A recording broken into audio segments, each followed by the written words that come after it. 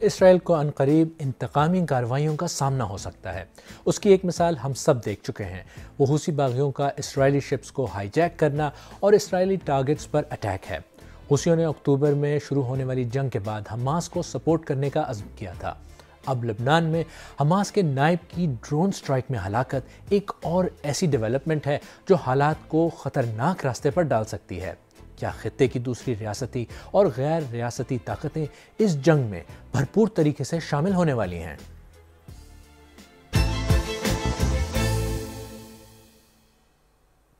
اسرائیل کے سب سے اہم اتحادی امریکہ نے جنگ کو حزب اللہ تک لے جانے کے خلاف بارہا خبردار کیا ہے، کیونکہ اس کے بہت دور رس اثرات مرتب ہو سکتے ہیں۔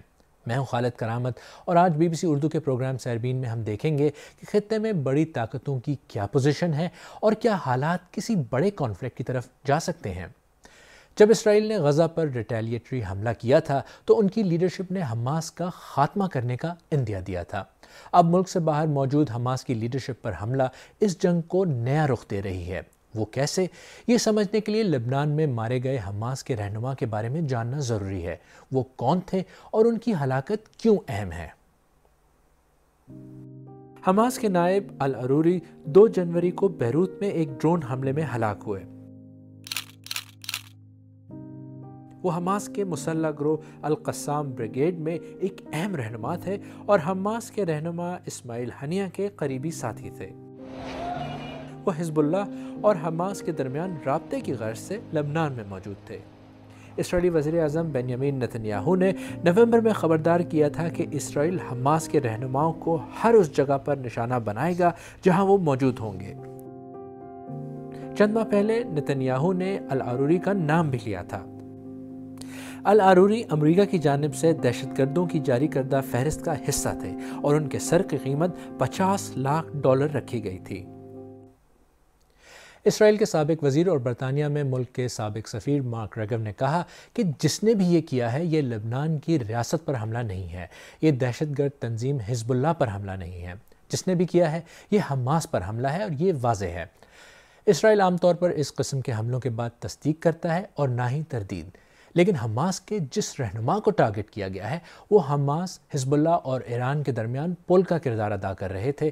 اس نے حزب اللہ کو جھنجھوڑا ہے اور عام طور پر ایسے واقعات کے بعد رد عمل میں بدلہ لینے کی روایت بھی موجود ہے۔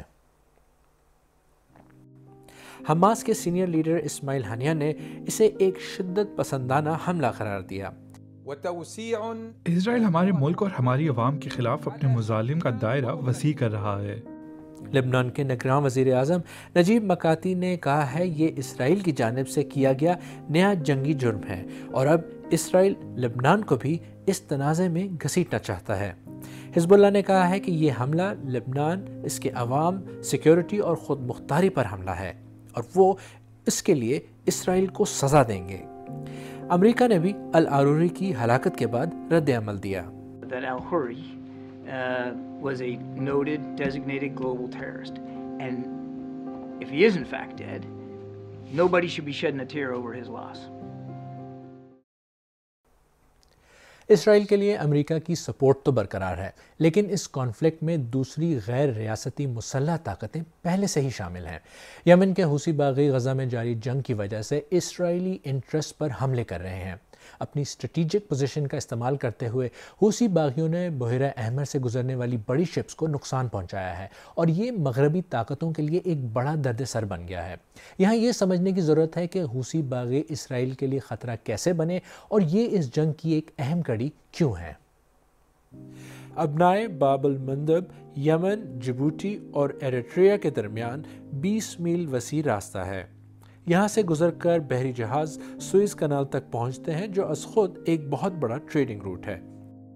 جغرافیائی حساب سے حوثی یمن کی کوسٹ لائن کے ایسے علاقوں کو کنٹرول کرتے ہیں جو انٹرنیشنل ٹریڈ کے لیے بہت اہم ہے۔ اس ٹریڈ میں اسرائیل کا بھی اہم حصہ ہے اور اسی راستے سے انہوں نے اسرائیل سے وابستہ شپ گیلیکسی لیڈر کو ہائی جیک کیا اور الحدیدہ پورٹ کے پاس لے گئے۔ نومبر سے اب تک حوثی باغی 20 سے زیادہ بار بحری جہازوں پر حملہ کر چکے ہیں۔ اس روٹ سے بچنے کا مطلب ہے کہ جہازوں کو زیادہ لمبے راستے اختیار کرنے پڑتے ہیں۔ ان ڈیولپمنٹس کی وجہ سے نہ صرف اسرائیل بلکہ گلوبل ٹریڈ کو بھی نقصان پہنچ رہا ہے۔ یمن کے پاس سے گزرنے والا راستہ عالمی تجارت کا تقریباً 15% حصہ ہے۔ امریکہ اور برطانیہ سمیت 12 بڑے ممالک نے وارننگ جاری کی ہے کہ حوثیوں نے اگر یہ حملے جاری رکھے تو ان کو نتائج بھگتنا پڑیں گے۔ امریکی بحری جہازوں نے جوابی حملے بھی کیے ہیں۔ یوں یہ طاقتیں ڈائریکٹلی اس کانفلکٹ میں شامل ہو گئی ہیں اور خطے کی دوسری طاقتوں کو بھی اس تنازع میں گھسیٹ سکتی ہیں۔ شام اور عراق میں امریکی فوجی اڈوں پر حملوں کو بھی اس جنگ کی ایک کڑی کے طور پر دیکھا جا سکتا ہے۔ بیروت میں حماس کے رہنما کا قتل اور ایران میں بم دھماکوں میں 200 سے زیادہ افراد کی ہلاکت، یہ سب اشارہ دے رہے ہیں کہ اسرائیل حماس جنگ میں خطے کے دیگر اداکار بھی شامل ہو سکتے ہیں یا ہو چکے ہیں۔ اب ہم ون بائی ون کی پلیئرز کے اس جنگ میں ممکنہ کردار پر ایک نظر ڈالتے ہیں۔ حماس اور دیگر پراکسیوں کی پشت پناہی کرنے پر اسرائیل یا امریکہ ایران پر براہ راست حملہ کر سکتے ہیں۔ یہ بڑی طاقتوں کے ساتھ وسیع تر علاقائی تنازع کو جنم دے سکتا ہے۔ حزب اللہ اگر لبنان سے اپنے حملوں میں اضافہ کرتا ہے تو اس کی بھی اسرائیل کے ساتھ جنگ شروع ہو سکتی ہے۔ یہ لبنان اور خطے کو غیر مستحکم کر سکتا ہے۔ اگر حوثی باغیوں نے بحیرہ احمر میں اپنے حملے جاری رکھے تو یہ اسرائیل کی سمندری سلامتی اور تجارت کے لیے بہت بڑا خطرہ ہے۔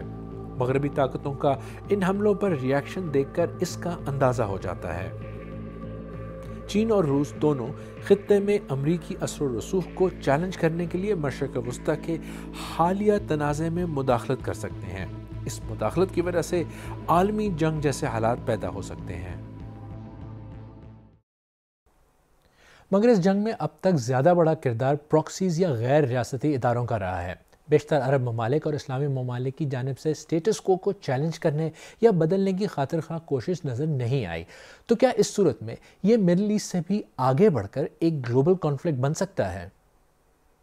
اس میں فلسطینیوں کا ظاہر ہے زیادہ جانی اور مالی نقصان ہو رہا ہے، لیکن باقی دنیا کی اور مڈل ایسٹ کی بھی حصی دیکھ کر مجھے یہی لگتا ہے کہ اسرائیل سٹیٹس کو مینٹین کرے گا اور زیادہ سے زیادہ تباہی کرے گا، اور اس میں کسی قسم کی یمن میں یا لیبنان میں یا ایران کے حوالے سے مجھے یہ جنگ پھیلتی ہوئی نظر نہیں آتی۔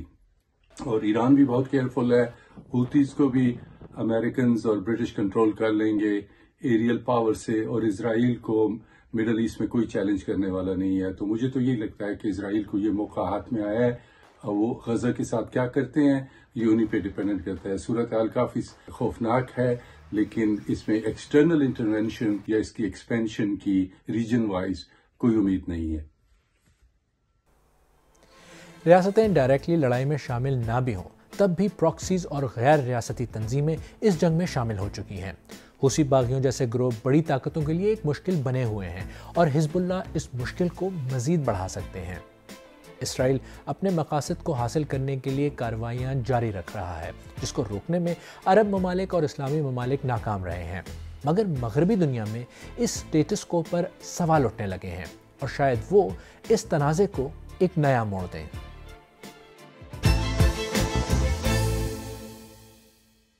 اگر آپ کو ہمارا پروگرام پسند آیا تو ویڈیو کو لائک کریں، ہمارے یوٹیوب چینل کو سبسکرائب کریں، بیل آئیکن پر کلک کریں اور اپنی رائے نیچے کامنٹ سیکشن میں ضرور دیں۔ پروگرام کا لنک اپنے دوستوں کے ساتھ واٹس ایپ، فیس بک، ایکس وغیرہ پر بھی شیئر کریں اور سیربین کی پرانی قسطیں دیکھنے کے لیے یہاں پر کلک کریں۔